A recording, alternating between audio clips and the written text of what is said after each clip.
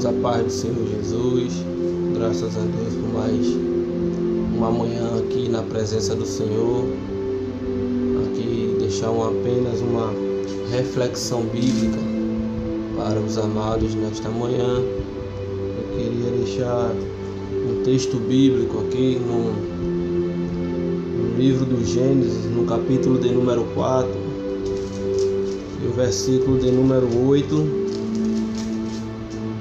A seguir, um texto bem conhecido, amém?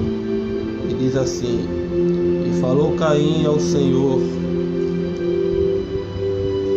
e falou Caim com seu irmão Abel, e sucedeu que, estando ele no campo, se levantou Caim contra o seu irmão Abel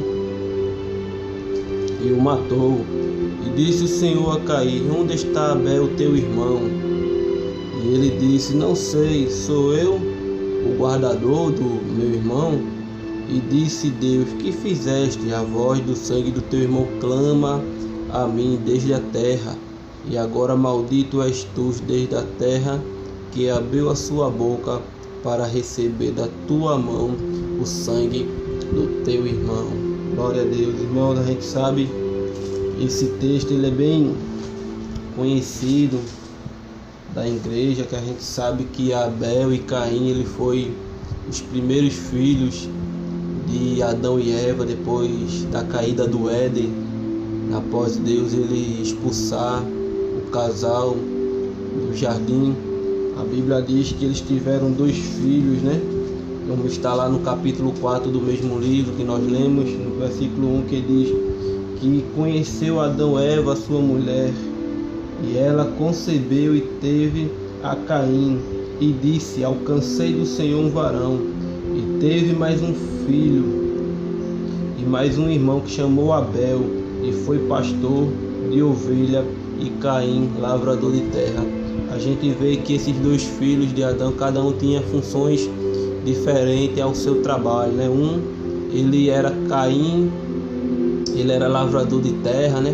Cultivava na agricultura ali com seu irmão, e Abel ele era pastor de ovelhas, pastorava as ovelhas ali, um rebanho de ovelhas naquele tempo.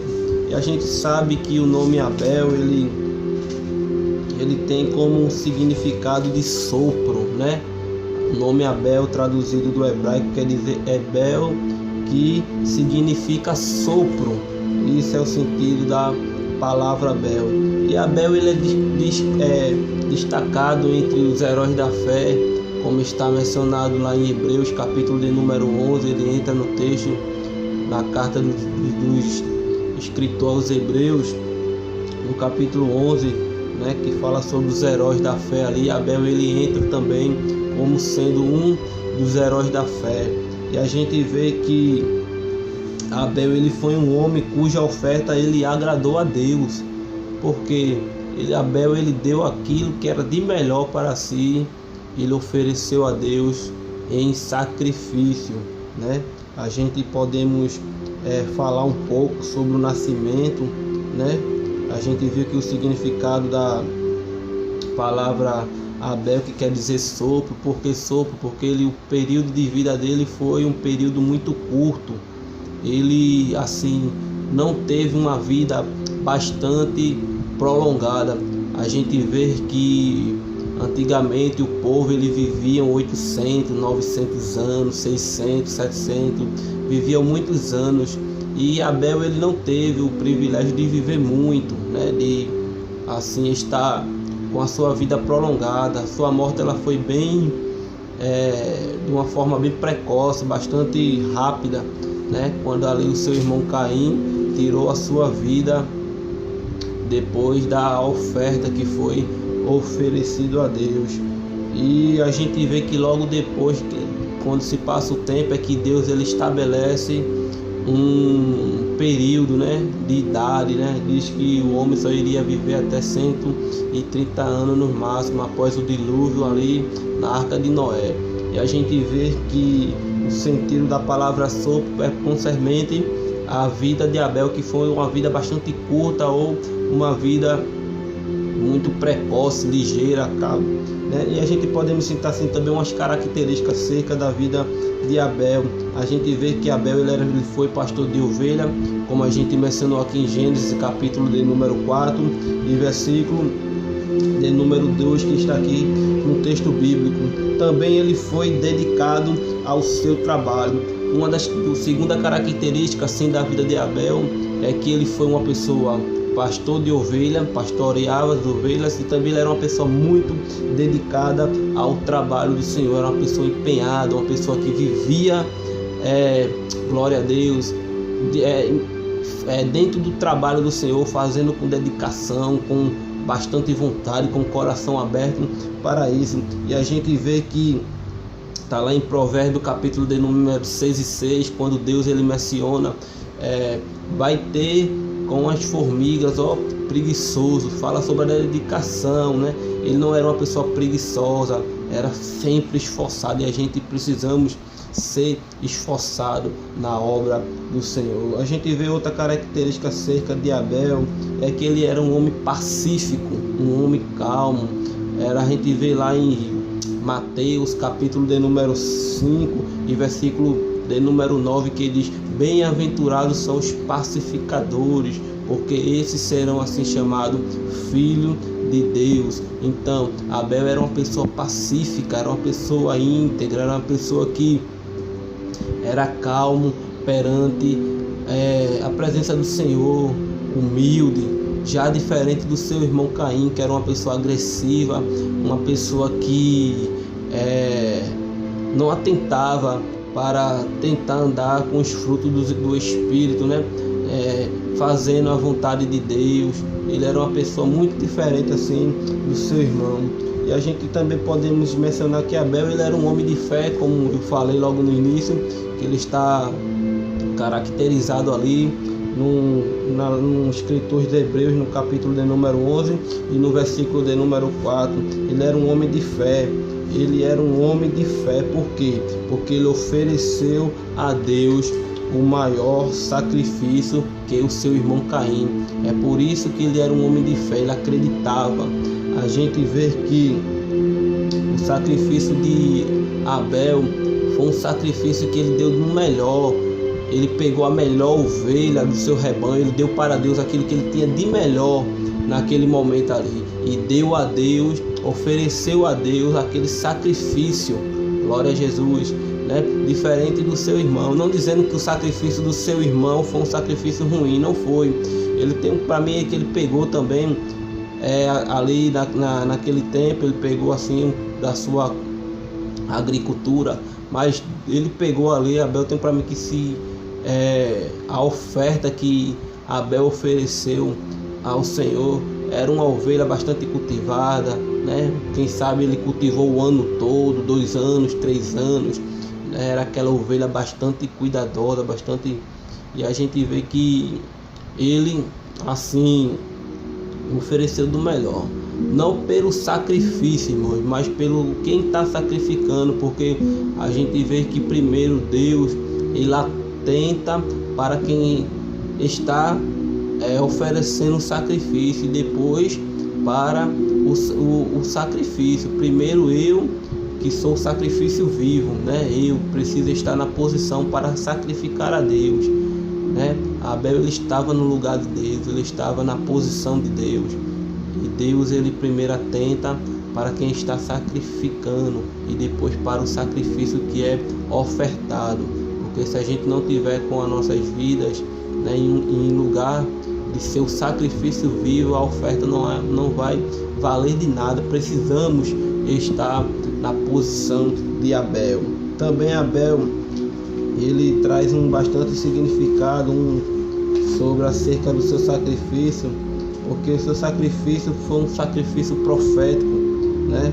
A gente vê que foi um sacrifício prefigurado ao sacrifício da pessoa de Cristo, como está lá em João capítulo 1 e o versículo de número 29. Vamos assim estar lendo em João capítulo 1 e versículo de número 29, que diz assim: João 1, João 1:29 diz assim: no dia seguinte, João viu a Jesus que vinha para ele e disse: eis aí o Cordeiro de Deus que tira o pecado do mundo. A gente vê que o sacrifício de Abel foi um sacrifício prefigurado, porque acerca do cordeiro que foi oferecido ali como expensão de sacrifício naquele momento, aí Abel ofereceu a Deus e prefigura como um sacrifício profético. Por esse motivo, para o vídeo não ficar muito extenso, vamos adiantar um pouco acerca do sacrifício de Abel, que foi também um sacrifício de excelência. Ele pegou, como eu falei, o melhor cordeiro, ofereceu.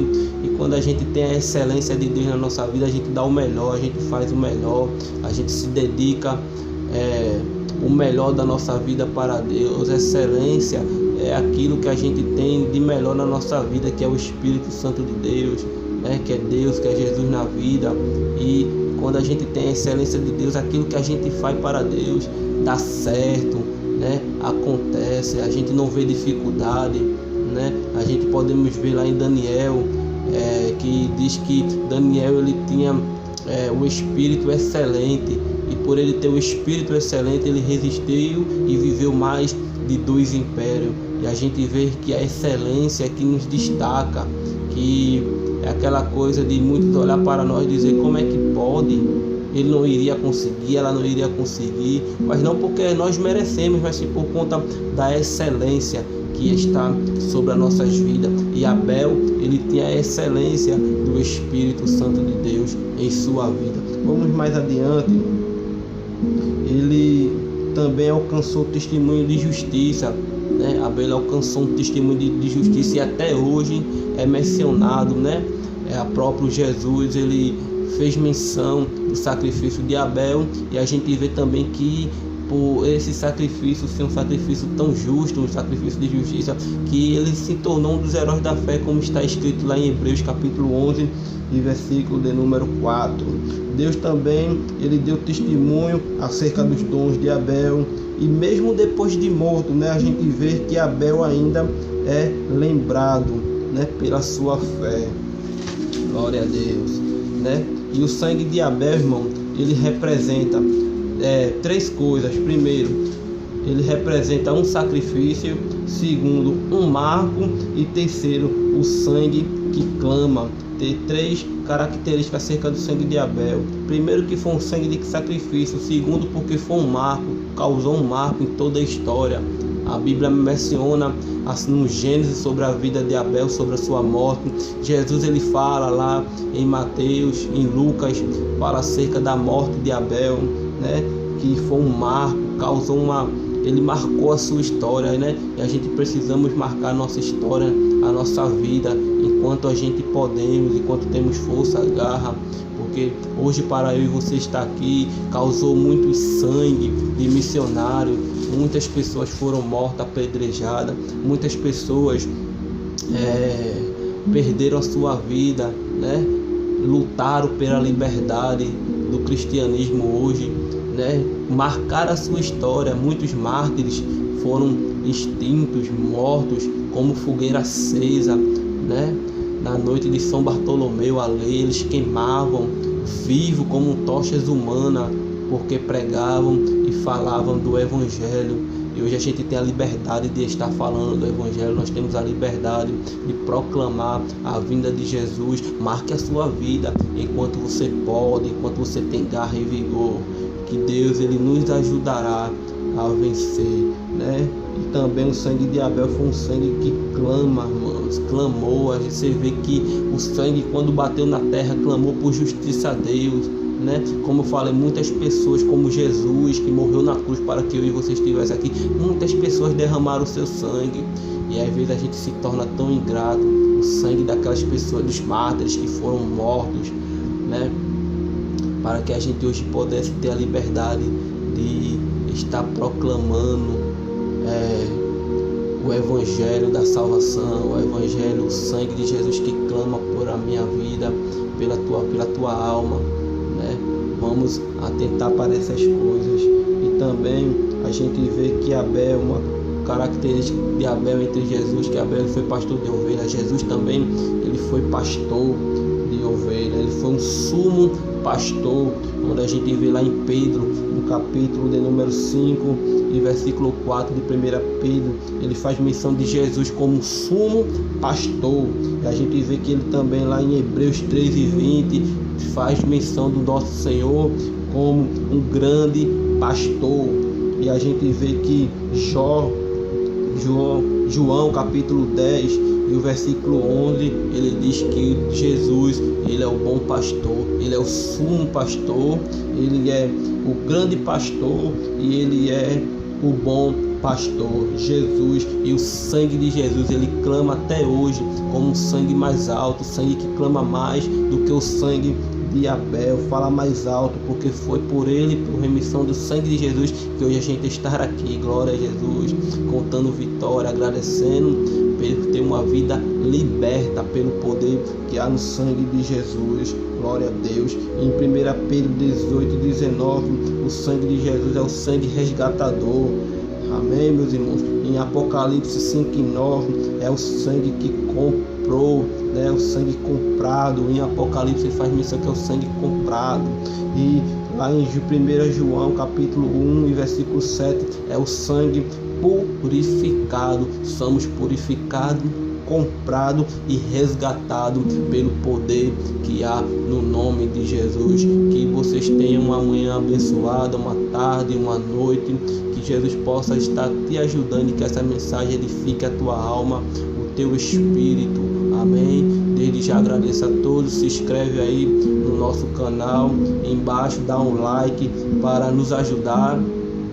Curte, se inscreve no canal, marca aí a notificação para receber novos vídeos do nosso canal. E lembre, faça a diferença neste século tão corrompido que a gente vive. Você deve estar fazendo a diferença. Paz do Senhor Jesus para todos.